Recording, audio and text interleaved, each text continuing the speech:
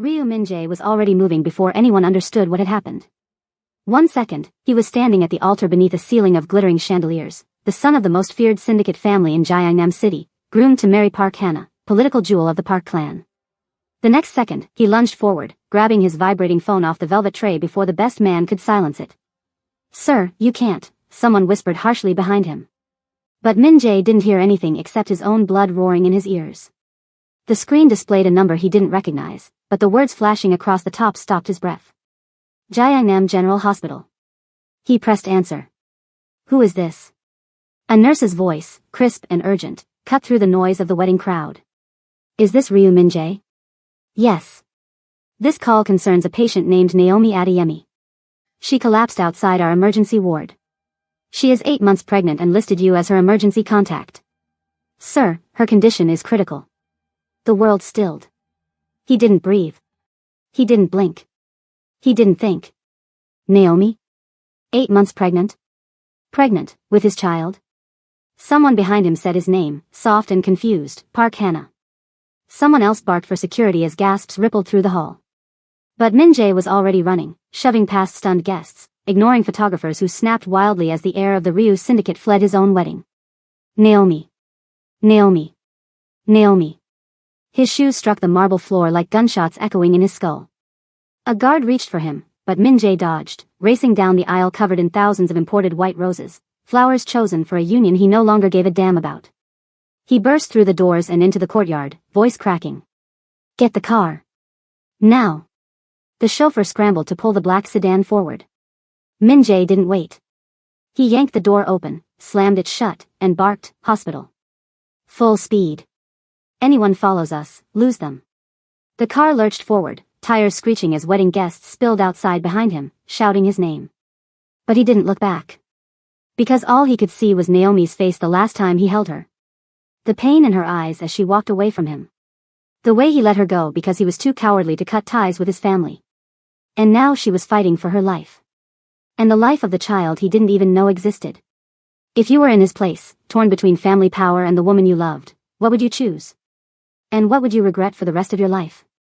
Before the story continues, don't forget to like this video, subscribe to the channel, and share your thoughts in the comments. What would you have done if your past came crashing into your future like this? Now, let's go back to the story. Inside the speeding car, Min-jae pressed his shaking hand against his mouth, trying to steady his breathing. "Naomi, why didn't you tell me?" His voice cracked in the dim interior. "Why didn't you call me?" But a deeper, darker voice inside him whispered the truth. "She tried. He was the one who made it impossible." The car wove through traffic, horns blaring as drivers swerved out of the way. The chauffeur's knuckles were white on the steering wheel. "Sir," he stammered, "your parents." "Keep driving," Min-jae snapped. "Don't say their names." But the chauffeur didn't need to. The consequences of what Min-jae had just done were already spiraling in his mind. Abandoning a wedding arranged to unite 2 mafia clans meant war.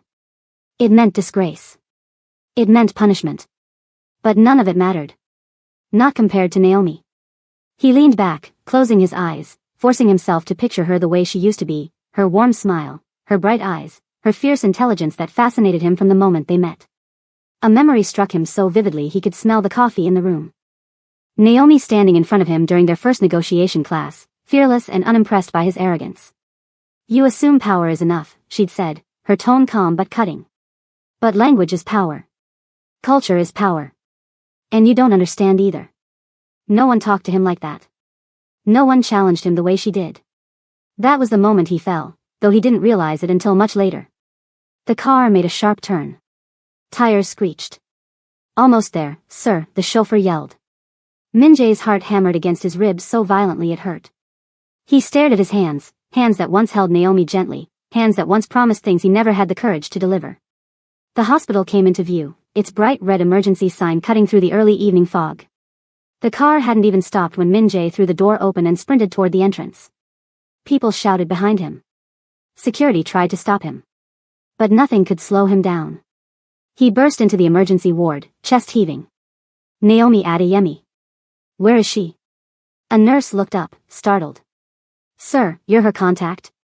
Follow me."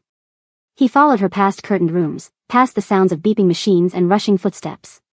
Every second felt like a knife carving into him. They stopped at a door. The nurse turned, face tight. She's unconscious. Blood pressure dangerously high. We're preparing for a possible emergency C-section, but the baby is premature, and she's refusing consent until... Until what? His voice trembled. Until she sees you. For a moment, the world blurred. He grabbed the doorframe, breath leaving him in a broken exhale. She asked, for me? Yes, the nurse said gently. She's been asking for you since she woke up the first time. His throat tightened. He pushed the door open. Inside, Naomi lay on the bed, pale, sweating, breathing shallowly. Machines beeped erratically around her. Her head turned slowly at the sound of the door. And when her eyes met his, filled with pain, fear, and something he didn't deserve. His heart shattered. Min-jae, she whispered, voice barely audible. He rushed to her side, taking her trembling hand. I'm here. I'm here, Naomi. I'm not going anywhere. Tears welled in her eyes. You left me. I'm sorry, he choked. I'm so sorry. I'll explain everything, but not now. Right now, I need you to stay with me. Please. Please don't leave me again. Her hand squeezed his weakly. I didn't want to do this alone. You're not alone anymore, he whispered. I promise. Her lips trembled as pain shot through her body. Alarms beeped faster. Doctors rushed in. Sir, we need her consent. Now. Naomi looked up at him, breath ragged. If I let them take the baby, will you stay? Will you protect her? Will you protect us? I swear it, he said, voice breaking. I choose you, Naomi. I choose our child. I won't run again. Her eyes closed as a single tear slid down her cheek. Okay, she whispered. Do it. The doctors moved instantly. And Min-jae held her hand until they wheeled her away. The operating room swallowed Naomi whole, bright, sterile, a hive of motion. Min-jae stood in the corridor like a statue, fingers pressed to his temples, watching through the small glass window as nurses and surgeons moved with machine precision. The world had narrowed to the sound of his heart and the distant whir of the ventilator. Time lost its edges. Doctors emerged to explain in clipped sentences: maternal hemorrhage risk, preeclampsia complications, likelihood of premature birth. Min-jae nodded at phrases he barely heard.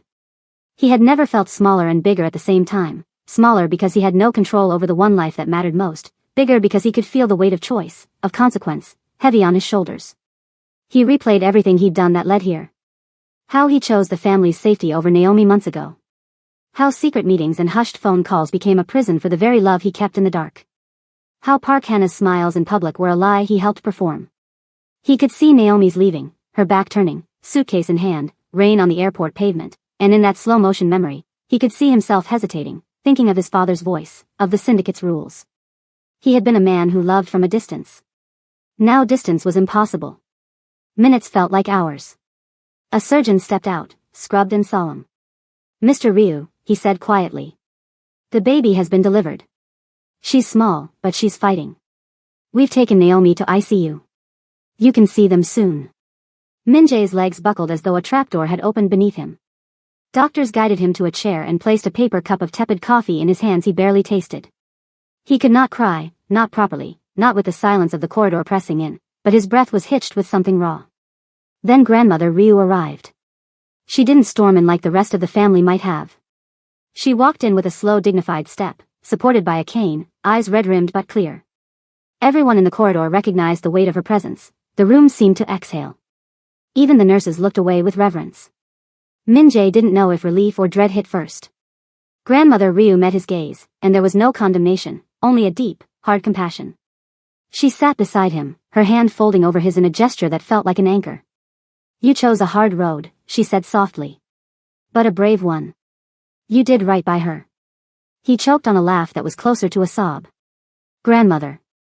Don't call me that now. Call me Halmione, call me what you will, but remember, power that does not protect life is worthless. Her voice carried the sort of authority that had kept their family's inner circle in line for decades. Min-jae had grown up obeying it, fearing it. That day, he felt it wrap around him like a cloak he could finally wear for good. Before he could answer, the corridor doors burst open and his parents arrived like a storm. Madame Ryu's face was a mask of fury, every line sharpened. Ryu Sangho's jaw was a hard slab of granite. When he looked at Min-jae, it was not the look of a father who had come to thank a son for saving a life. It was the look of a man betrayed. Min-jae, his mother hissed. What have you done? Do you have any idea what this will mean? Mother, he began, voice steadying because he could not afford to break in front of them. You've ruined us, his father cut in. You walked out on the marriage. You jeopardized the Park Alliance. Do you understand the consequences? Do you think Naomi's child can secure anything for our family? She is a teacher. Not one of our kind. Min-jae's fingers tightened around his paper cup until it crumpled. He kept his voice low and deliberate. I know what I did. I chose to save a life. I chose my child. I chose Naomi. You chose disgrace, his mother spat. You chose exile. Grandmother Ryu lifted a hand, and for a moment there was silence sharp enough to cut. Enough, she said. Her voice was not loud, but it carried. Blood ties do not make men good. It is choices that do. Min-jae has chosen. We will not force him to unchoose. Madame Ryu's lips thinned into a line so tight the skin around her eyes pulled. You would protect this outsider? I would protect life, Halmiani said. And by doing so, I protect the family's honor in a different way. We are known for power. Let us be known for protecting those we can. The argument widened, tempers flared, and the corridor became a battlefield of words. Nurses averted their eyes, used to violence in different forms but not this kind of public family fracture. Min-jae felt hollowed, his father's words had landed like blows, but something else had shifted. Grandmother Ryu's support was not mere sentiment, it was leverage. Her quiet defiance was a crack in the wall his parents had built. Hours later, Min-jae was led into the ICU where Naomi rested. She looked like a ghost of herself, pale and exhausted, a halo of 4 tubes and monitors beeping a slow rhythm. And by her side, in a small incubator, lay their daughter, tiny, wrinkled, a mouth that puckered and unfurled like a stubborn blossom. Min-jae's breath hitched. He moved to the incubator first, hands hovering but not touching the glass. The nurses wore a look of stern kindness and a tiny victory in their eyes. She's a fighter, one of them said. She weighs less than a newborn should, but her vitals are stable. He stared at the smallness of the child and felt an avalanche of things, responsibility, love, terror, and odd, unfettered joy. What will we name her? A nurse asked quietly. Min-jae's eyes stung. G. Naomi, he said without thinking, the syllable a blend, his world and hers. The nurse smiled, and for the first time in days, Min-jae let a small, disbelieving relief settle into his chest. At Naomi's bedside, he took her hand. Her skin was cool, her pulse faint but steady. Her face twisted with the remnants of pain as she stirred. You gave her a name, she whispered, the word little and fierce. You always choose my name as if it were a prayer. I promise to keep her, he said. I promise to keep you. Her eyes shone with a tired humor. You better. You broke your wedding vows today. You have a lot to prove. He smiled then, a painful, broken smile, and kissed her forehead. I will prove it. News of the birth rippled through the family and the syndicate like a shockwave. Some of the inner circle were furious, others were quietly relieved. Rumors began to sprout, about deals broken, alliances ruptured, a son who turned his back on a legacy. Min-jae knew the world he had stepped away from would not let go easily. There would be threats. There would be bribes and blackmail and the soft knife of isolation. But as he sat there, watching Naomi sleep, watching his daughter's tiny chest rise and fall, he also felt the seed of a new life germinating, one that had nothing to do with ledgers or alliances, with power plays or newspaper headlines. It was a life of names, of breakfasts in small sunlit kitchens, of quick arguments over baby clothes, of laughter that didn't hide knives. He thought of Macquarie, of the dusty, relentless warmth of Naomi's hometown, of the markets that tasted like spice and song. He imagined a small apartment there, sunlight through cheap curtains, children running on tile floors, an honest way to make a living without blood tied to every contract. But the syndicate would not stand idle. Within hours, emissaries sent by Madame Ryu began to place financial straitjackets on him, accounts frozen, property claims challenged, his position within the syndicate stripped in a formal meeting he refused to attend. They hoped to starve him out, to force Naomi and the child to return to a life of precariousness he could then exploit. Min-jae welcomed their threats with a calm that surprised even him. Take it, he told one of the emissaries who came to the hospital with a stack of documents. I prefer being poor and free than rich and chained. The emissary's eyes flicked to Naomi's face, softened for a fraction of a second, then hardened. That's your choice, Mr. Ryu, he said. Just know the world you left will not be kind. Min-jae folded his hands, feeling the weight of the choice. He thought of Naomi's leaving months ago, the painful dignity that had carried her across oceans, and he realized something. The hard part wasn't leaving the syndicate. The hard part was making sure Naomi never had to face the same coldness again. He would build a life for them. He would start small, maybe a consulting firm that taught people how to negotiate honestly, that bridged the worlds Naomi and he inhabited. It would be messy. It would be risky. It would be honest. As dusk slipped into night, he sat between two beacons of his life, Naomi sleeping under a thin hospital blanket, their daughter under glass, small breaths making the world seem both fragile and infinite. The corridor outside hummed with the distant life of a city that had no idea it had just lost its air. And for the first time in a long time, Ryu Min-jae felt like the man he wanted to be, terrified, accountable, but entirely his own. If you're rooting for Min-jae and Naomi, tap the like button. And tell us in the comments, would you leave everything for love, or would you protect your family's legacy at all costs? Your answer might surprise you. Days passed in a blur of sleepless breaths and frantic hope. Naomi drifted in and out of consciousness, sometimes mumbling Min-jae's name, sometimes reaching weakly for a child she hadn't yet held. Their daughter, tiny, fierce, wrapped in tubes and determination, remained in NICU, fighting with every breath. Nurses spoke gently of milestones and setbacks, of the fragile math of premature life. But the greatest storm waited just outside the hospital walls. The Ryu syndicate did not take betrayal quietly. By the fourth day, the storm found him. Min-jae had just stepped out of Naomi's room when a familiar figure blocked the corridor. It was Ryu Sang-ho's right-hand man, Kang Dae-hyun, a man who had cleaned more syndicate messes than anyone dared count. He wasn't here for congratulations. He stood tall in a charcoal suit that seemed to swallow light. Mr. Ryu, he said. Or should I say, former Mr. Ryu. Min-jae straightened. If you're here to threaten Naomi, don't bother. I won't let you near her. Dae-hyun's expression softened, surprisingly. Not kind, just less sharp. I'm not here for her. Your father sent me to deliver terms. I'm not interested. You should be. I'm not. Dae-hyun sighed, almost pitying. Min-jae. You walked out of a political wedding. You abandoned an alliance that took two clans 12 years to negotiate. Your parents are calling emergency meetings with every partner the family has. Do you understand the magnitude of what you've done? Min-jae's jaw clenched. Yes. And I stand by it. Dae-hyun stepped closer, voice low. Your accounts are frozen. Your apartment swept. Your cars reassigned. Even the office you once used has a new occupant as of this morning. I don't need any of it. What about her? And the child? They will. That's my concern, not yours. Not theirs. Dae-hyun studied him for a long moment. You know your father isn't the type to simply cut you off. He wants something from you. I know. He wants you to sign a document acknowledging that the child is not yours. Min-jae inhaled sharply. Absolutely not. And that Naomi acted alone, attempting to trap the family for money. His eyes burned with fury. Get out. Min-jae. Get out. Dae-hyun didn't flinch. I'll tell them you refused. Just know, they will escalate. I expect nothing less. Dae-hyun hesitated before turning. For what it's worth. I hope your child survives. Someone like you might finally do something useful with fatherhood. He walked away. Min-jae exhaled shakily and sank onto a bench, running a hand through his hair.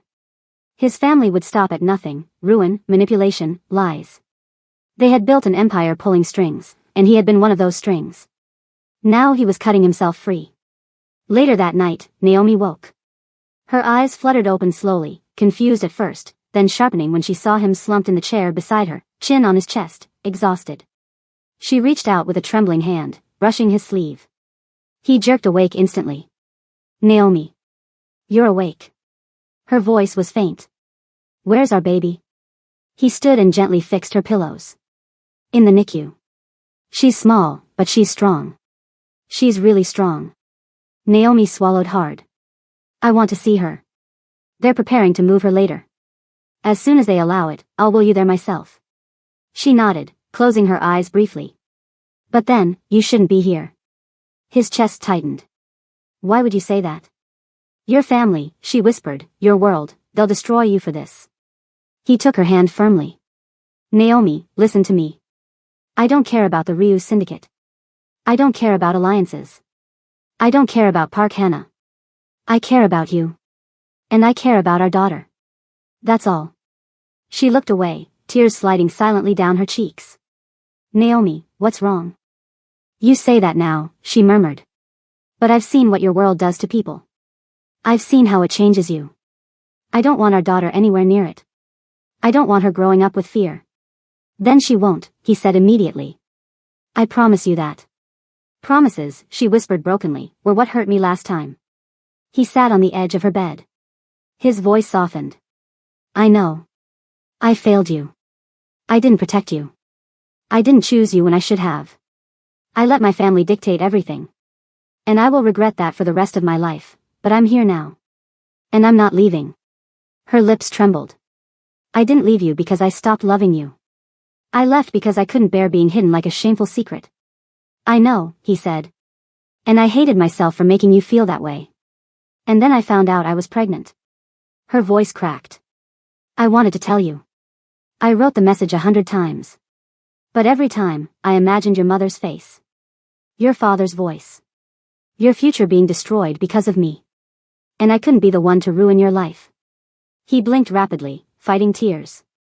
You didn't ruin anything. You gave me a life I didn't think I deserved. Silence stretched between them, a soft, painful, hopeful silence. Finally, Naomi whispered, tell me about her. Our daughter. A small smile lifted his mouth. She's tiny. Really tiny. But she's loud when she cries. And she has your nose. Naomi laughed softly, then winced. I want to see her. You will, he promised, kissing her forehead. Tonight. As if on cue, a nurse entered. Mr. Ryu? Naomi? The baby's stable enough for her mother to see her for a few minutes. Naomi's eyes filled anew. Minutes later, Min-jae pushed her wheelchair through the softly lit NICU. Machines hummed, nurses whispered, and the air felt reverent. When they reached the small incubator labeled Baby Adeyemi Ryu, Naomi's breath caught. She reached out to touch the plexiglass. She's beautiful. She is, Min-jae whispered. Just like you. Naomi cried openly now, tears of fear, love, relief, and all the unspoken regrets between them. Min-jae knelt beside her. Naomi. I don't know how we're going to do this. I don't know how to build a life from scratch. But I know I want to do it with you. I want us to be a family. She stared at him, her eyes deep pools of exhaustion and hope. Then stay, she whispered. Stay for real this time. He held her hand. I'm not going anywhere. If you were Naomi, would you trust him again after everything he put her through? Tell us in the comments, your perspective matters more than you think. And don't forget to like and subscribe if you're still here with them in this moment. He kept his promise in small, stubborn ways, staying through the nights, learning the rhythm of feeds and monitors, sitting through rounds when he would have once demanded to see businessmen. The corridor outside Naomi's room grew into an odd kind of camp, Min-jae, tired but resolute, nurses who'd grown fond of his clumsy kindnesses, and a scattering of quiet visitors, friends from Naomi's life who arrived cautiously, holding gifts from Makori and whispered prayers. Word of the baby's birth had traveled fast. Some in the Ryu inner circle sent curt messages, cold threats couched in business language. Others didn't dare show their faces. A handful of outsiders, traders and teachers from Naomi's past who had moved to Gyeongnam City, arrived with warmth and cautious relief, bringing fruits and well-worn blankets that smelled like home. Naomi seemed to brighten in their company. Each visitor was a reminder of a life beyond syndicate walls. But power does not relent easily. Within days, Min-jae felt the pressure of his family's displeasure in concrete ways. Bank accounts were inaccessible. Legal teams arrived at his apartment to change locks and transfer assets. His name was scrubbed from company directories. Even his phone, once filled with favors and appointments, began receiving fewer calls, fewer invitations. It was, he realized with a strange, bitter clarity, the social equivalent of exile. Late one night, as Naomi slept with an oxygen mask tucked at her cheek, Min-jae received a call from an unfamiliar number. He answered warily. Mr. Ryu, a smooth voice said. This is Park Hannah. His throat tightened. He listened as her words came careful, rehearsed. I know what you've done. I know what you've chosen. This is not a conversation to enlist threats. I'm here to offer a choice, one last time. He pictured her in a silk dress, smiling for photos, representing an alliance that strategic marriages had sealed. Her image felt like a scar. What choice, he asked. To step away. To sign statements that distance yourself from the Ryu name. For the baby's safety. For Naomi's. The Park family has leverage, financial and otherwise. We can guarantee a life of comfort if you comply. We can make your life bearable. Min Jae's laugh was short and humorless. You offer a gilded cage. I offer security, Park Hannah said. And I offer your child a future without being used as a symbol in political games. Min Jae's fingers tightened on the phone. My child will not be used as a bargaining chip. Even if that means starting with nothing. There was a pause, and then Park Hannah's voice softened. That's noble. But naive.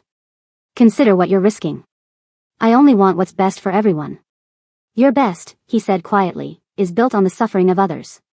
She didn't respond. When she did, it was cool, we'll be in touch. The line went dead. He held the phone for a long time, listening to the faint hiss of the connection, then tucked it away. He thought of Naomi's sleeping face and the tiny, relentless breaths from the incubator down the hall. He would not let anyone reduce them to pawns. Days blurred into weeks. Naomi recovered slowly, strength returning in fits and starts. Their daughter, Naomi, a name he had chosen in a moment of raw emotion, grew stubborn and fierce, each hour a small victory. Nurses talked of milestones, weight gain, steady oxygen levels, fingers that curled around a tiny finger like anchors. Each update felt like praise for a battle they hadn't chosen but were determined to win. Friendship within the hospital seeded something else, an offer from an unexpected quarter. A woman named Co Yuna, a midwife turned community health advocate who had known Naomi in passing through Macquarie's diaspora circles, approached Min Jae one afternoon. You're planning to leave, aren't you? Yuna asked bluntly, sipping tea in the hospital's small visitors' lounge. He blinked. We haven't made concrete plans. Then listen, she said. There are grants, small investors who fund community initiatives. Naomi's skills, teaching, negotiation, cross-cultural communication, could be packaged into a real consultancy. Teach companies to respect language and culture. Help Korean firms reach African markets without acting like conquerors. There's demand. And it's respectable. Min Jae considered this, the way hope sometimes arrived in practical forms rather than declarations. It would mean starting from scratch, he said. It would mean starting honestly, Yuna replied. And if you're serious about leaving that other life, it's the kind of beginning that sticks. He looked at Naomi, sleeping softly in the bed, cheeks hollowed but peaceful. He imagined an office with floor-to-ceiling windows and a sign that didn't bear his family's name, a small team of people building something ethical, messy, true. He thought of Macquarie, of fragrant street food carts and the relentless laughter of children, and of teaching boards and negotiation rooms where Naomi's voice would lead instead of being hushed. Yes, he said finally. We'll do it. We'll build it from here. Yuna smiled. Good. Don't let anyone tell you you can't make a new path. There were practicalities to handle. Naomi needed time to heal fully, the baby needed to grow stronger. The syndicate's blows didn't stop because of good intentions.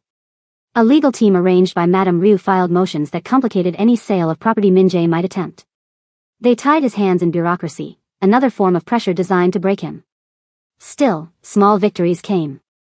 A local clinic in Macquarie pledged to connect Naomi with resources if they returned. A former colleague of Min Jae's arranged a small loan from an anonymous source sympathetic to the idea of cross-cultural consultancy. Money was tight, but it was theirs to spend as they chose.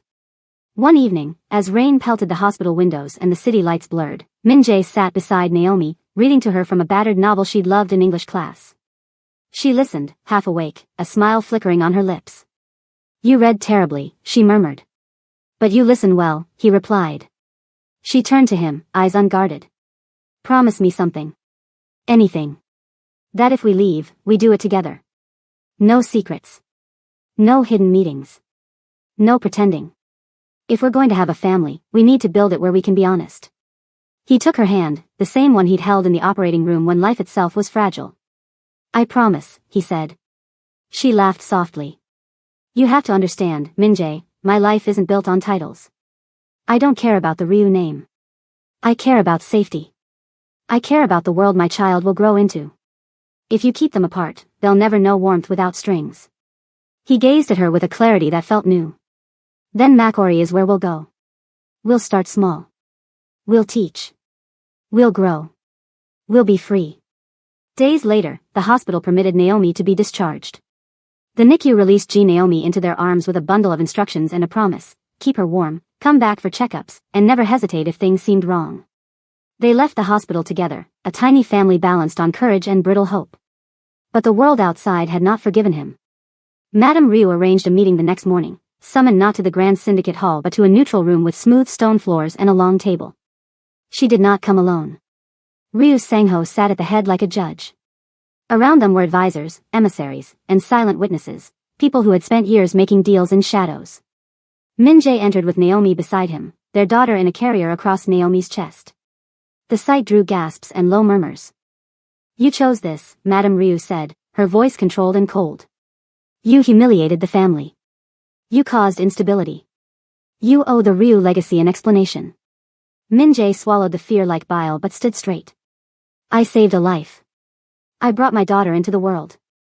I chose family, my true family, not an alliance constructed by blood and calculation. Madame Ryu's eyes narrowed. You speak as if you are some moral beacon. You are a weak man who let love cloud reason. I am a father, he said simply. Nothing else matters. There was a long silence. Then Sangho leaned forward. We will not allow this foolishness to endanger our operations. We are offering you one final choice, he said slowly. Return to your duties. Publicly annul your claim of paternity. Marry Park Hannah as planned. We will arrange a comfortable life for Naomi and the child somewhere far from here. Naomi's grip on the carrier tightened. She met his eyes, searching. Min-jae felt something cold and fierce ignite inside him. He thought of Naomi's solitude at the airport, of how she'd carried her secret across oceans, of the way she'd refused to become a bargaining chip. He thought of little G Naomi's mouth, the small fists that had already refused to give in. No, he said, voice steady and louder than he expected. Madame Ryu's lips curled. So be it. Then know this, Min-jae said, feeling a new kind of courage rise. We will leave. We will start small. I will not take money tainted with coercion or lies. We will build our own way. You can try to break me, but you cannot take my family from me. The room erupted into a flurry of threats and legalistic disclaimers. But Halmione, the grandmother, gave him a look of approval that felt like a benediction. Outside, as they walked away from the building that had been a second skin to him for decades, Naomi rested her head briefly on his shoulder. You did it, she whispered. He kissed her hair. We did it. If you think Min-jae is a fool for walking away, or a hero, tell us below. Do you believe someone can truly leave a life built on power and rebuild honestly? Hit like if you're rooting for them. Leaving the syndicate compound was easier than leaving the life attached to it.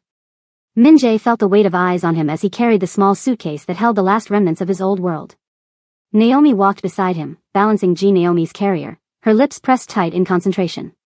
The air outside was colder than he expected, maybe the city itself sensed the shift, the quiet rebellion that followed them like a shadow.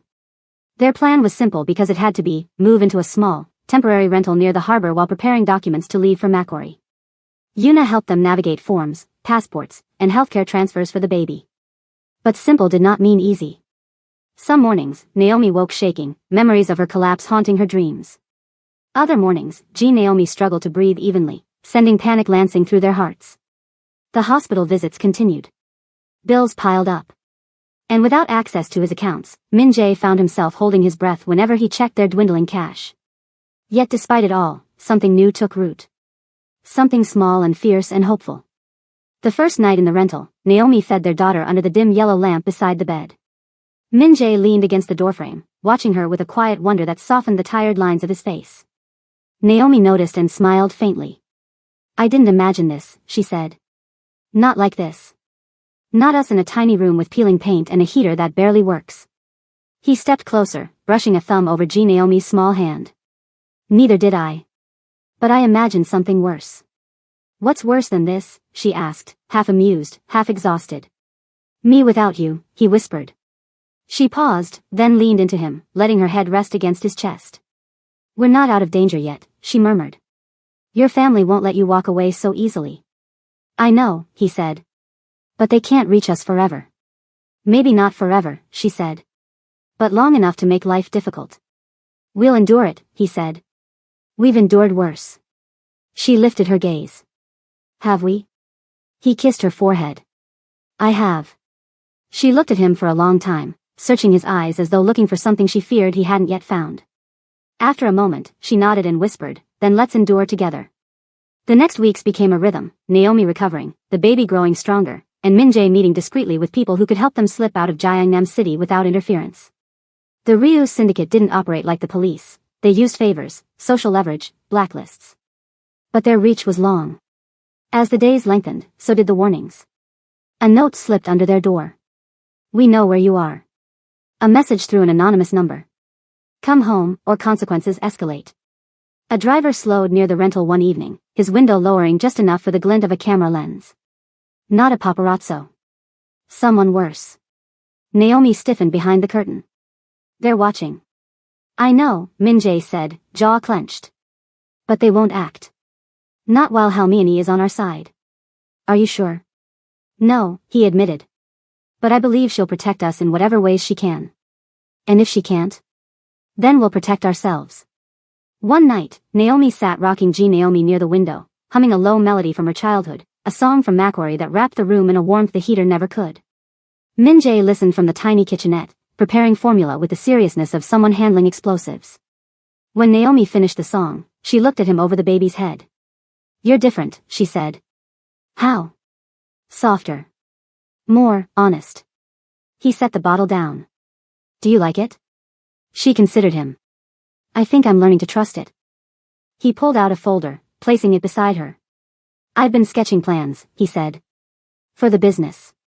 A consultancy. We'll start small, translation services, negotiation training, cultural seminars. Companies are hungry for access to African markets. And Macquarie businesses want access to Korea too. We could bridge that." She flipped through the pages, his messy notes, her old curriculum, testimonials from former colleagues. Her eyes softened. This is good. Really good. "It's ours," he said. "Not the syndicate's. Not my father's. Ours." Naomi took a shaky breath, overwhelmed. "I want this," she whispered. "I want a life where I can teach again. Where our daughter can grow without fear. Then that's where we're heading." He kissed her gently, their daughter squirming between them. "I'm proud of you, Min-jae," she murmured. "I didn't think you'd ever walk away." "I'm proud of you too," he said. "You carried this alone for months. You fought for our baby's life. You fought for your own. You're the strongest person I know." She looked down at Naomi, tears brimming. "I just wanted her to have better. And she will," he vowed. But the path to better twisted sharply 2 days later. A knock at the door, firm and authoritative. Min-jae tensed. "Stay behind me," he murmured to Naomi as he moved toward the entrance. He opened the door to find a familiar figure, Madame Ryu. Not flanked by guards. Not dressed in power. Just a woman in a dark coat, her hair pinned back, eyes sharp but tired.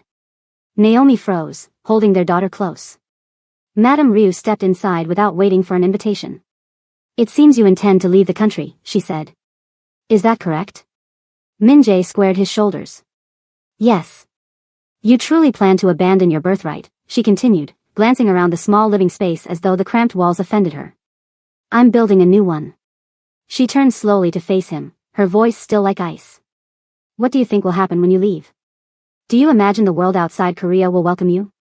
That Macquarie will offer you protection from syndicate consequences?" "I'm not seeking protection," he replied. "Just freedom." "Freedom," she repeated. "Freedom is expensive. And you cannot afford it. We'll find a way." Her gaze flicked briefly to Naomi, as if assessing her again. "This woman has made you foolish." Naomi stiffened. "I didn't make him anything. He chose truth." "And truth is weakness," Madame Ryu snapped. "No," Naomi said quietly. "Truth is humanity." The older woman stared at her, truly stared, as if seeing her for the first time. Something unreadable passed through her expression before she looked away. "Your father is preparing a final action," she said. "You should prepare as well."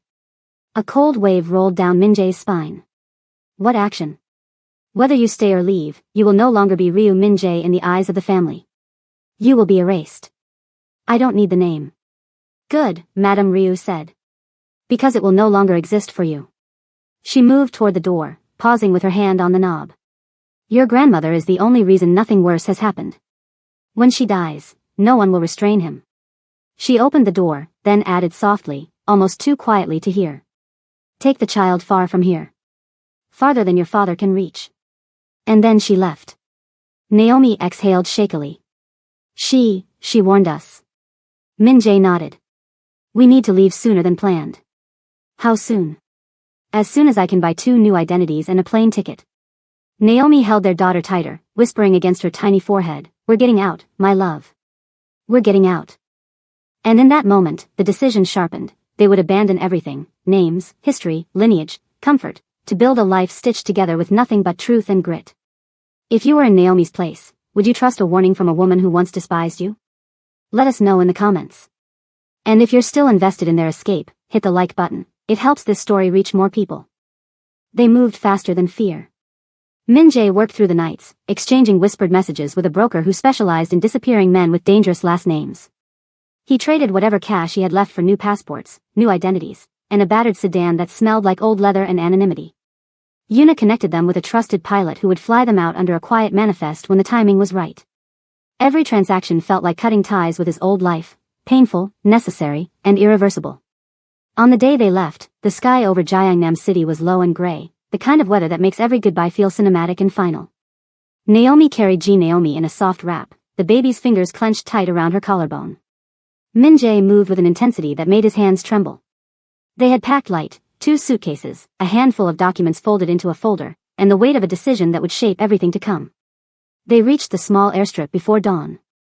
The pilot, a broad-shouldered man with quiet eyes, waited in the shadows of the plane, and for a sliver of a second Min-jae thought of all the people who would trade places with him for one more sunrise.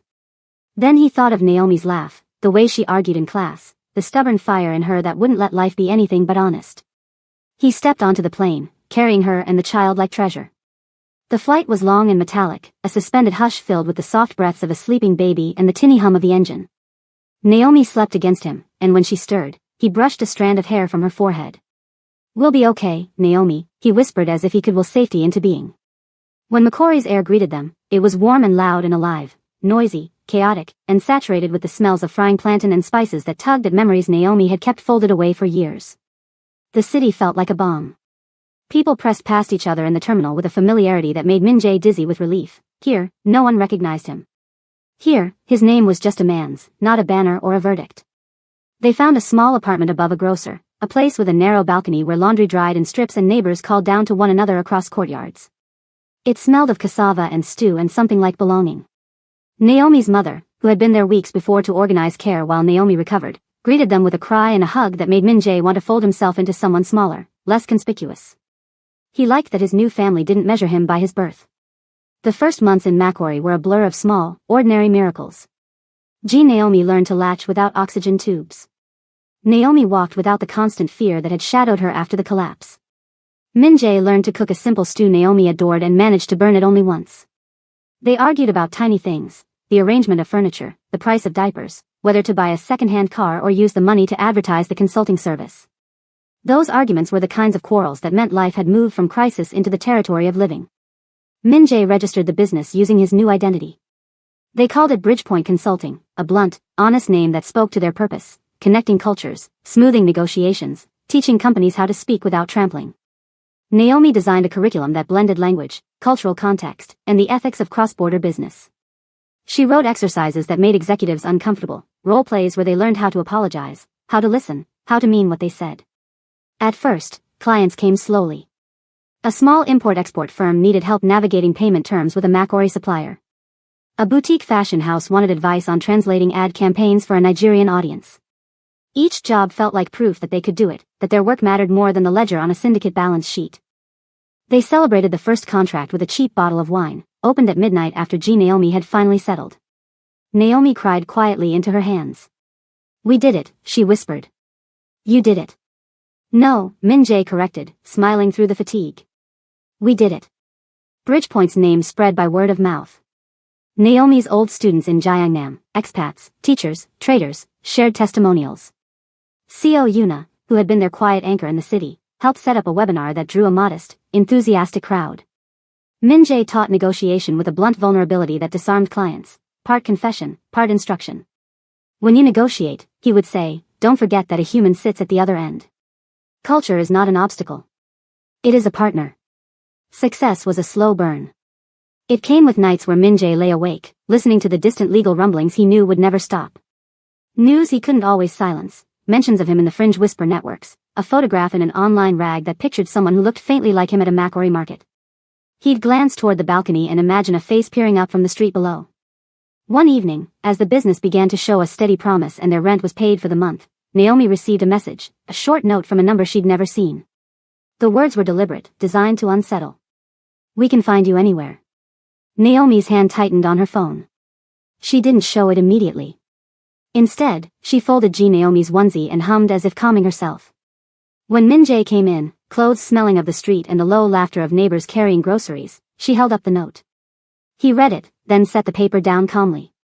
"They'll try to scare us," he said. "They'll try to make us small. They said they could find us anywhere," Naomi said. "They could follow us. Hurt us." "They wouldn't," he said. "Halmini warned us, yes.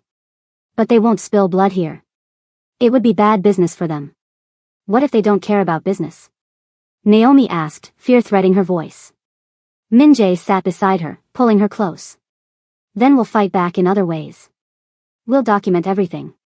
We'll move when we must. We'll be smarter." Their life was an exercise in vigilance, cameras on the shop street, neighbors who offered tips, Yuna who checked up on them at odd hours. Yet the ordinary joys persisted. Naomi learned to crawl, then walk, speaking a blend of Korean syllables and Macquarie phrases that made the neighbors laugh with delight. At the market, an old woman offered her a colorful wrapper and called her Little Princess, in the local dialect, and Naomi felt, for the first time since her collapse, the ground under her feet steady. Bridgepoint received a larger client, a multinational looking to partner with a textile cooperative in Macquarie. The contract was meaningful not just financially but symbolically. It was the kind of work that could reshape small communities, giving local artisans a direct route to a world that had once exploited them.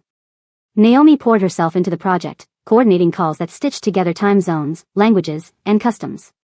Min-jae handled logistics, schmoozed with wary CEOs, apologized on behalf of the syndicate's shadow by being upfront about their newfound ethics. The project was a success.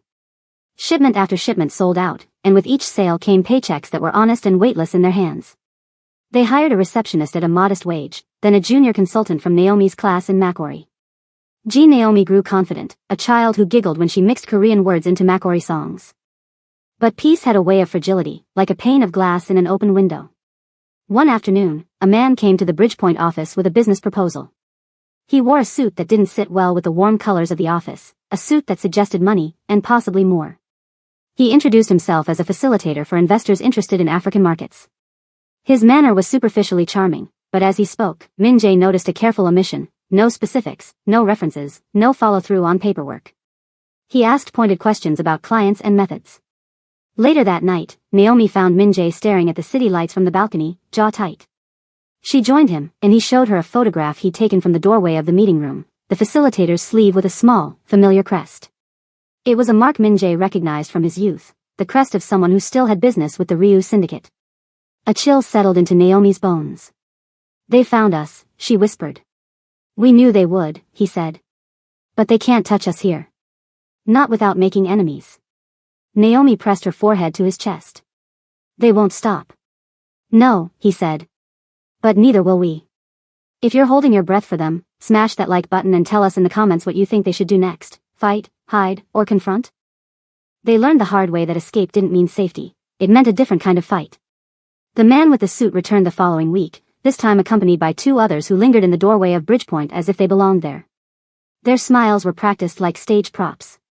The receptionist, a young woman with quick hands and quicker instincts, watched them with a caution that made Naomi's chest tighten. "We're interested in an investment," the man said, voice oily. "We can scale your operations. We can make Bridgepoint a household name." Min-jae greeted them politely, letting Naomi take the lead on the pitch. She moved through her slides with quiet authority, articulating values and strategy with steady clarity. The man asked soft, probing questions that left no paper trail. He complimented her ethics and then, with a casualness meant to unsettle, asked where their clients were based. "Mostly local and cross-border with small firms," Naomi said. "We emphasize trust building and fair practices." The man's smile widened. "Expanding into other markets requires capital and protection. We can introduce you to partners who ensure both." Min-jae felt the room ice over. He excused himself to the bathroom and dialed Yuna. A few whispered words later, Yuna called back, urgency threaded through her voice.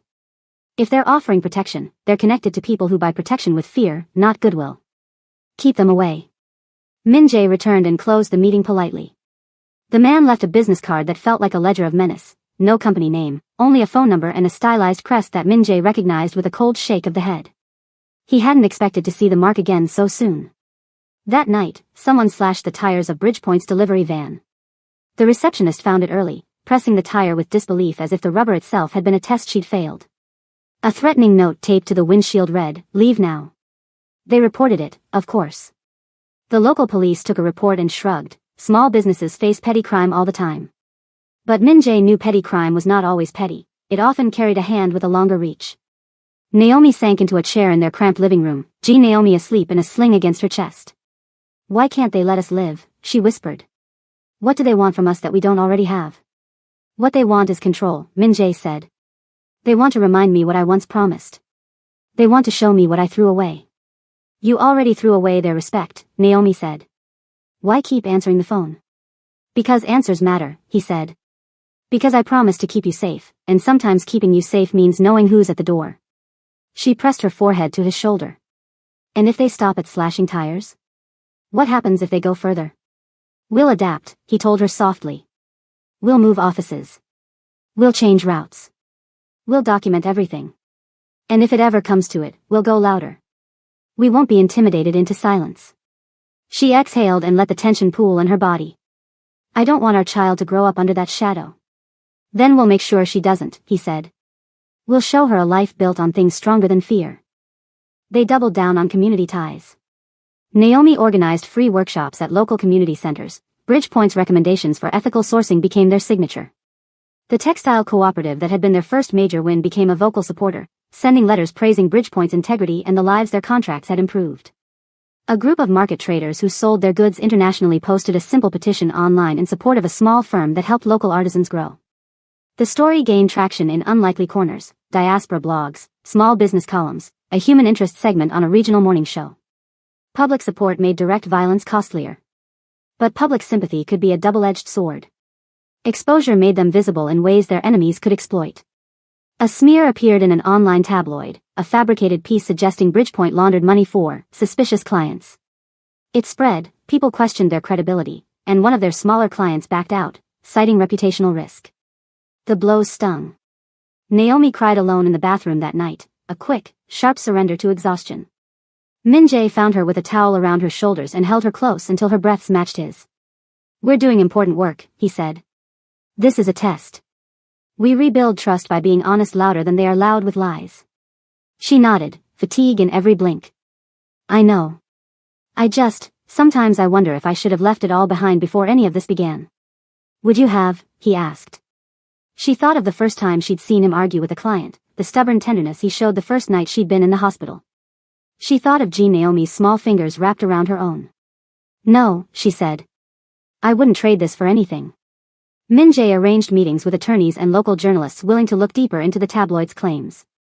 They pushed back with evidence, testimonials, bank statements that were messier than the syndicate's clean ledgers but unmistakably legal. Slowly, the smear lost momentum. The cooperative posted a video testimonial. The morning show did a follow-up piece, neutral and factual, but it tilted public perception back toward curiosity rather than suspicion. Even so, the invisible tension never fully eased.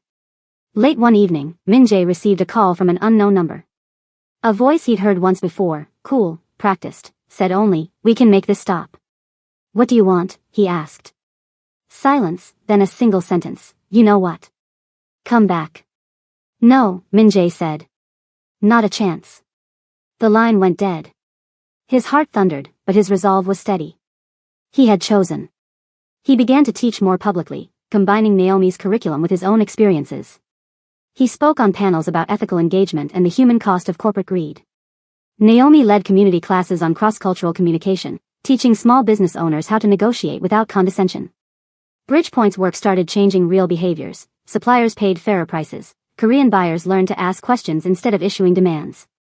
And as they fought the slow war of legitimacy, something else happened that neither of them expected. Forgiveness arrived in small parcels. Grandmother Ryu, Halmiani, sent a letter. Not a formal business letter, a short, handwritten note folded until it was the size of a small prayer. Naive as it might be, the gesture landed like a warm stone in still water. Halmini wrote of memory and mistake, of seeing strength in Min-jae's choice, and of a hope that blood might be thicker than pride. She didn't attempt to undo the rupture, she offered a bridge. Naomi carried the letter with her to the market, sliding it into a dairy stack to hide tears that surprised her with their intensity. Min-jae read it late at night and felt something heavy and old loosen just enough to breathe. Time, for once, was an ally. Naomi grew, toddler feet padding across their small apartment, her laugh a ribbon that cut through anxiety. The regular hum of life, the cheap victories and quiet defeats, wore down the edges of fear. Bridgepoint stabilized. Clients returned. The world's focus flickered elsewhere. Then, after a season of small victories, the syndicate made one last move, an invitation, innocuous and formal, to a philanthropic summit in Gyeongnam City.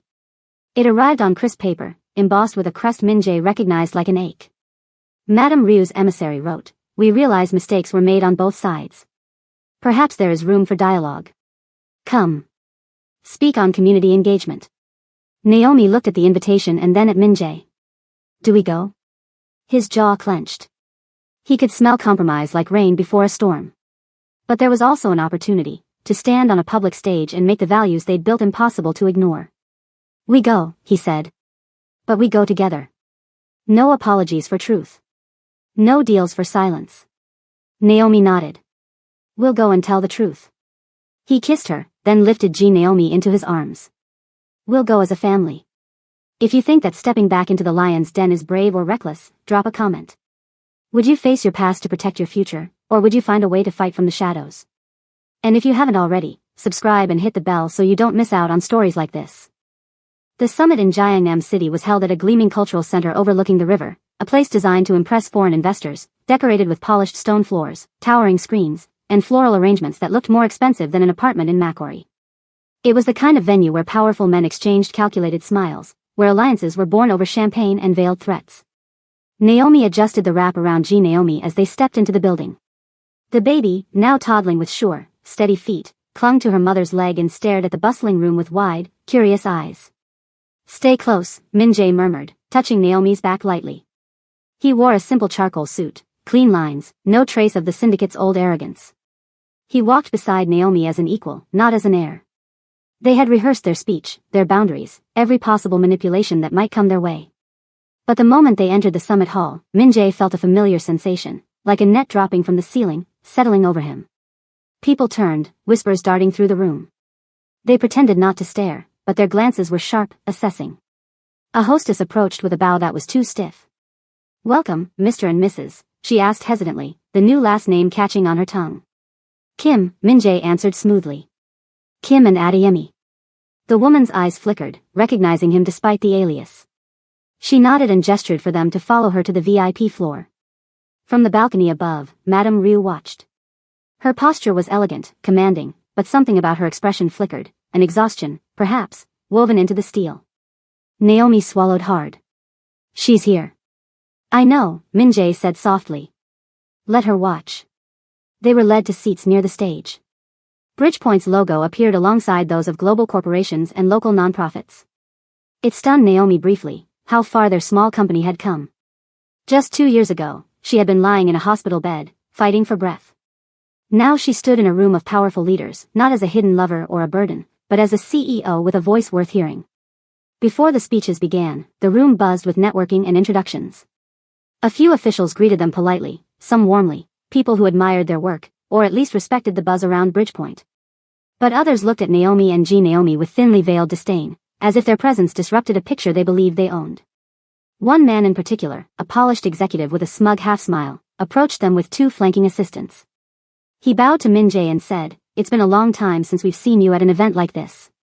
Your disappearance was quite dramatic." "My life improved," Min-jae said blandly. The man chuckled. "So I've heard. And this must be your wife. And your daughter." He leaned slightly toward the child, who shrank behind Naomi. "Quite unexpected, given your upbringing." Naomi straightened, voice calm but firm. "Unexpected doesn't mean unwanted." The man blinked, caught off guard. Of course. Of course. Well, I look forward to hearing your talk.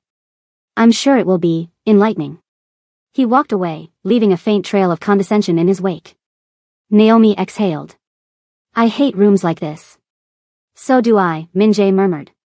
That's why we're here. To end whatever hold this world thinks it still has on us. When the keynote sessions began, the room darkened, and the stage lit with a soft blue glow.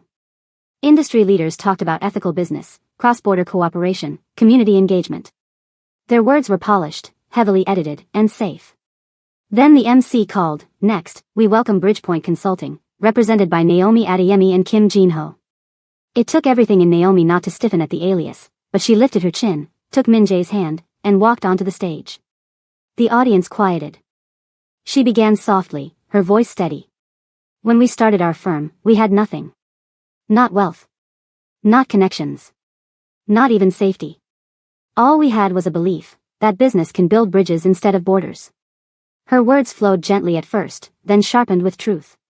She talked about cultural humility, the dangers of arrogance in international negotiations, and the beauty of learning how to listen. People nodded. Some leaned forward. Cameras clicked. Then she shifted. "And we learned something else," she said. "When you reject a life built on fear, you discover a different kind of wealth, a wealth rooted in honesty, in the courage to start again." A hush fell through the room. Min-jae stepped beside her, taking the microphone. "For years," he said, "I served a world that believed power justified anything. Silence. Secrets. Sacrifice. I believed that love could exist in the shadows and still remain whole." He paused, scanning the room, catching the eyes of men he once bowed to. "But love cannot survive in secrecy. It demands truth. And truth demands sacrifice." Someone in the audience murmured.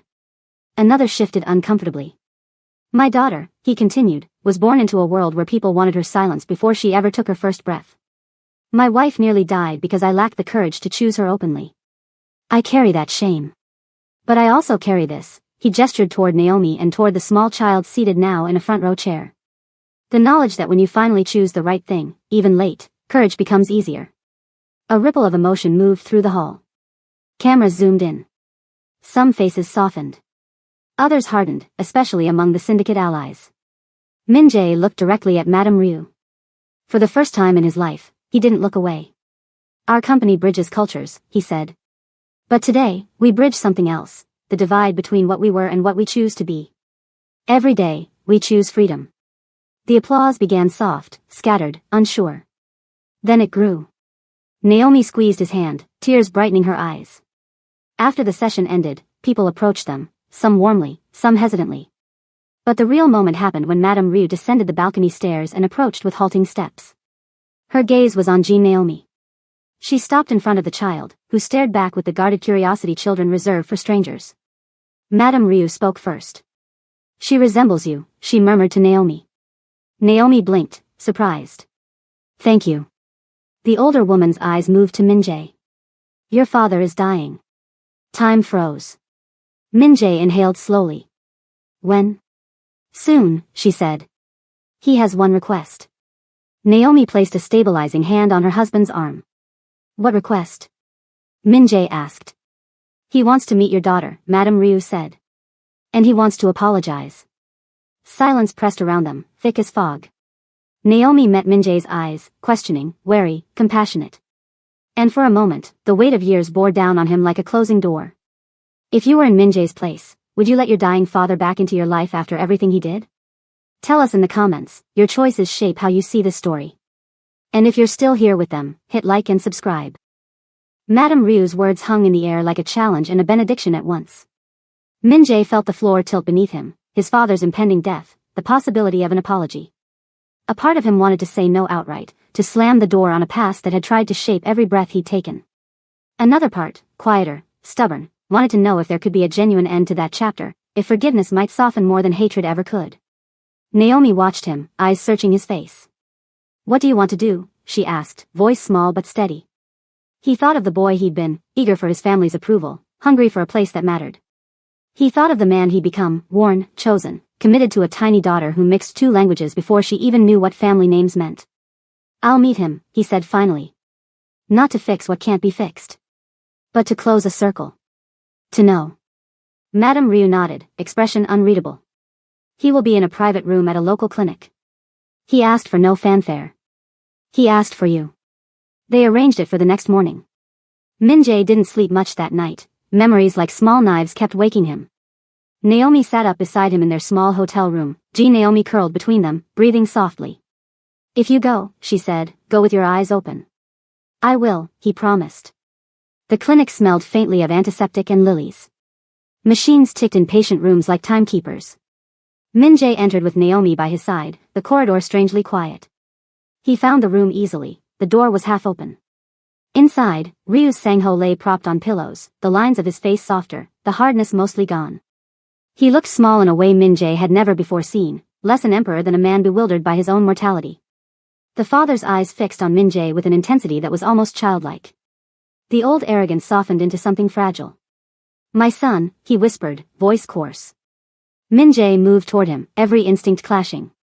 He had rehearsed questions and accusations and a cold, unbending refusal. Instead, he felt words like pebbles in his mouth, heavy and unnecessary. Father, he said simply. Sang-ho coughed, pain folding his features. Naomi stood quietly at Min-jae's shoulder, Naomi watching with innocent curiosity from her carrier. The father's gaze flicked to the child, then back, like a man seeing color for the first time. I heard, you have a daughter, Sang-ho said, voice thin. A granddaughter. His voice carried the surprise of someone noticing sunlight after a life of dark rooms. She's Naomi, Min-jae said. She's small and stubborn. Sang-ho let out a dry laugh, then a pained sigh. Stubbornness is good. Good for survival. He coughed again, then turned to Naomi, eyes narrowing with effort. You. Adeyemi. The name sounded foreign in his throat but correct. You kept my son safe. Naomi inclined her head. I nearly died. He closed his eyes briefly, breathing hard. I heard. I was told many things. I was told you were a problem. I was told my son would lose everything. He glanced at Min-jae. I was wrong. I was a fool. Tears stung Min-jae's eyes, but he choked them back. The urge to lash out at years of harm, at the coldness that had guided many of Sang-ho's decisions, was enormous. Yet here was a man reduced to a patient, asking for something he hadn't found the language for until it was almost too late. Why now? Min-jae asked, voice trembling with a mix of anger and aching hope. Sang-ho's hand fluttered like a moth and landed on Min-jae's forearm. Regret is loud at the end, he said softly. But I want to see her. Before, he couldn't finish. Min-jae looked at Naomi. She met his eyes and gave a tiny, almost imperceptible nod, an invitation to choose, not for him but for the child between them. He stepped closer and lifted Naomi from her carrier, cradling her like the small, miraculous thing she was. He positioned her in front of Sang-ho. The old man's eyes glistened as he reached out with a tremor to touch the child's cheek. For a moment, all the power plays and cold deals and nights of hunger for approval fell away. A dying man's fingers brushed his granddaughter's skin, and there was nothing left to script. Sang-ho's lips trembled. I'm sorry, he whispered, voice breaking. For everything. It was not a cure. It was not absolution. But it was more than Min-jae had expected. Tears he had held back for months broke loose, hot and unsteady. I forgive you, he whispered, not because the hurt vanished, but because he didn't want to hand his child a legacy of anger to carry before she could choose her own. Naomi stood still, the child asleep in her arms, and watched the exchange between two flawed men unravel into something that looked like mercy. Sang-ho's chest expanded with a shuddering breath, relief and sorrow mingled into a small, human sound. They left the clinic with an uneasy quiet between them, a silence that was not entirely peace but had room in it for the beginnings of something softer. Outside, the daylight felt strange, like a bridge they'd crossed into a different terrain. Back at their hotel, Min-jae exhaled in a way he hadn't allowed himself. It's done, he said. I don't know what it means forever, but it's done. Naomi sat on the edge of the bed. Naomi gnawed on a soft toy, content. You did more than I expected, she said. For you, for her. I did it for us, he corrected. For this, he gestured at the small sleeping child, at the woman who had defied oceans for a future none of them had guaranteed. For a life I can build without the chains of the past. But nothing's over. They'll push back. They always do, Naomi said. But we've learned how to live under pressure. We have partners now. We have communities. They resumed the rhythm of their days with a new steadiness. Bridgepoint's reputation grew in circles that mattered, NGOs, ethical importers, and a few bold corporations eager for authentic engagement. Naomi's talks were in demand, Min-jae's blunt honesty drew curious crowds. Each public success was a small shield against the shadowy threats that still whispered on the edges of their life. And yet, as the months rolled into a year, the past refused to be entirely exorcised. There were nights when a sleek car idled outside their apartment, when a stranger's gaze lingered too long, when an anonymous package arrived containing nothing but a photograph of Min Jae in his old life, a reminder of what they'd left behind. The family, what remained of it, continued to fracture. Some relatives reached out privately with cautious olive branches, others sealed off contact entirely. Madame Ryu remained an enigma, sometimes cold and punitive, sometimes soft with the surprising warmth of Halmiani's influence. Halmiani herself visited once, briefly, her presence as solid as a vow. Years marked themselves not by grand events but by the small certainties. Naomi's first word, a blend of two cultures, Naomi's laugh growing easier, Bridgepoint's modest office filled with staff who believed in a mission bigger than profits.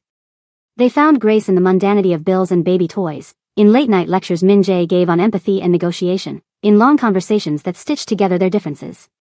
Then, on a rainy afternoon in Macquarie, a simple package arrived at their office. Inside was a worn photograph of Halmiani, slender and smiling in a way Min Jae had never seen her smile, relieved, perhaps, or proud. A note on the back read, in a careful hand, "For new beginnings. Keep building." Naomi pressed the photograph to her chest. Min Jae took it from her and placed it on his desk, a small shrine to the complicated family that had both wounded and, strangely, saved them. They had built something far from perfect, a life trimmed of opulence but rich with choices. It wasn't safe from scars, but the cracks had become windows. They filled those windows with laughter, with the stubborn, ordinary love of people who'd chosen each other in full knowledge of the cost. Tell us in the comments, would you accept an apology from someone who hurt you if it meant peace for your child? They measured time in small, ordinary certainties now. Diapers folded, invoices paid, a child's first stubborn words that mixed Korean consonants with Macquarie cadence. Bridgepoint grew not with fireworks but with steady, deliberate steps, a new client in Accra, a featured column in a respected diaspora magazine, a classroom full of executives who left humbled by Naomi's blunt insistence that respect was not negotiable. The life they had carved out was not safe from the past, but it was a life of their own making, and that made the difference. Then the call came on a damp morning when the sky over Macquarie was a uniform sheet of gray. Min Jae answered with the cautious optimism he'd taught himself to keep in reserve. The voice on the other end was short and brittle. "It's time," Halmiani said. "He doesn't have much."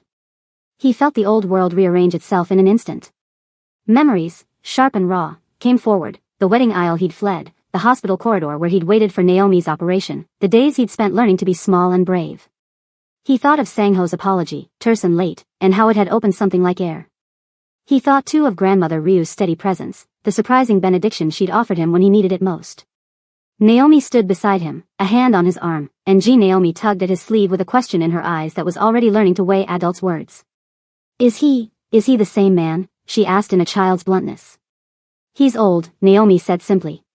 "Maybe he's learning." They flew back to Gyeongnam City on a short flight that felt heavier than any of their trips home.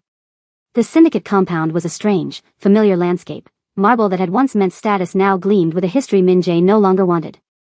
They entered a private room where Sang-ho lay, smaller than Min Jae remembered, the power lines of his face softened by fever. He looked up when they came in, eyes registering surprise and then something that might have been shame. "You came," he rasped. Min Jae sat, the years of anger and distance folded into a simple, hard edge that was neither forgiveness nor vengeance. He held Naomi in his arms for Sang-ho to see. The old man's gaze lingered on the child, on the small, stubborn fists, and then turned to Naomi, recognition finally finding a way into his throat. Sang-ho tried to form words, and what came out was not a plea for power but a small, clumsy attempt at humanity. "I was wrong," he said. "I hurt you. I hurt him. His voice failed, but the meaning landed. It wasn't enough to erase the past, but it was enough to begin a different conversation. Min Jae thought of all the ways his father's world had tried to consume everything good around it, how it had taught him silence and compromise. He thought of the sharp, terrible cost of living without truth. He thought, too, of the promise he'd made in a hospital corridor, to protect the small life he'd helped create, to be present, to be honest. He leaned forward and placed Naomi's tiny hand in Sang-ho's trembling palm. "Thank you for saying it," he said. "We'll live with the rest." Sang-ho's eyes closed for a long time. When they opened again, there was something like relief in them, and then, quietly, he was gone. The funeral was small, lacking the pomp of leadership ceremonies, pared down by Halmiani's wishes. In the months that followed, the Ryu family's hold loosened further, not because wounds fully healed but because the machinery of them lost some of its momentum. Some relatives offered cautious olive branches, others retreated into old, brittle certainty. Halmione remained a tempering presence until she too passed within a year, quietly, at home, leaving behind a letter and a photograph Min-jae kept on his desk as a reminder that even monstrous systems could be softened by single kind acts.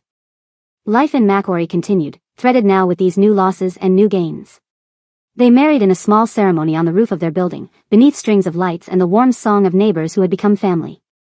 No syndicate parades, no sponsored banquets, just old women from the market who danced with Naomi, neighbors who brought stews, and Yuna who stood at their side like a sister. Min-jae wore a suit that fit without arrogance, Naomi wore a dress that folded around her like joy. Naomi, in a tiny wrapper, clapped and tried to blow out the single candle the neighbors fussed over. Bridgepoint expanded slowly, opening a second office in Accra and hiring local consultants who had once been clients. Naomi's training modules became part of university programs. Min-jae sat on panels and sometimes, when the room was right, he told the brutal truth about his past, how silence had cost him almost everything, how cowardice had threatened the woman he loved, how choosing truth had felt like jumping off a cliff and discovering a firm, if humble, ground. Naomi grew, an effortless bridge between two worlds. She sang Korai lullabies her mother taught her with a cadence that echoed Macquarie drums. At school she corrected teachers who mispronounced African names. In the market she soaked in the rhythm of vendors with a curiosity that made people smile. She learned to oscillate between languages as if switching between costumes, each one adding to who she was rather than subtracting. Years layered themselves into a life that was less dramatic but more honest. They had moments of fear, an anonymous threat here, a smear article there, but they met them with community power, legal recourse, and stubborn visibility. Their enemies found that intimidation cost too much when public sentiment could swing against them. One evening, standing on the balcony that had grown from a cramped porch into a little island of green and laundry and neighborly calls, Min-jae and Naomi watched Naomi play with a group of children from the street. She was teaching them a Korean counting rhyme while explaining how to negotiate for the fairest price on beads. The children hunched, focused, small faces serious as they learned. Min-jae wrapped an arm around Naomi and pulled her close. "We made it," he said, though the words felt fragile. They had not arrived in any grand sense, but they had built a world where truth outshone the old currency of power. Naomi leaned her head against him, chin on his shoulder. "We built it badly, lovingly, and stubbornly," she said. "And it's ours." He kissed the top of her head. "That's enough." A final note, because stories live as much in the telling as in the ending, choices matter. Ryu Min-jae's pain came from choosing safety over love, silence over truth. His growth came from the opposite, the terrifying act of choosing love openly, of rebuilding on unstable ground. The cost was high, disinheritance, exile, threats, but the return was irreplaceable, a life he could claim, a daughter who would not carry his silence as a burden, a love that learned to breathe. If this story moved you, if you believe in choosing love over legacy, or if you think the world is better with the tough choices made visible, drop a comment below. Tell us, what would you have done if the past knocked on your wedding day? Like this video if you felt Naomi's small hands tug at your heart, share it with someone who loves a story about courage, and subscribe for more Afro-Korean tales where culture, crime, and courage collide. Your voice keeps stories like this alive.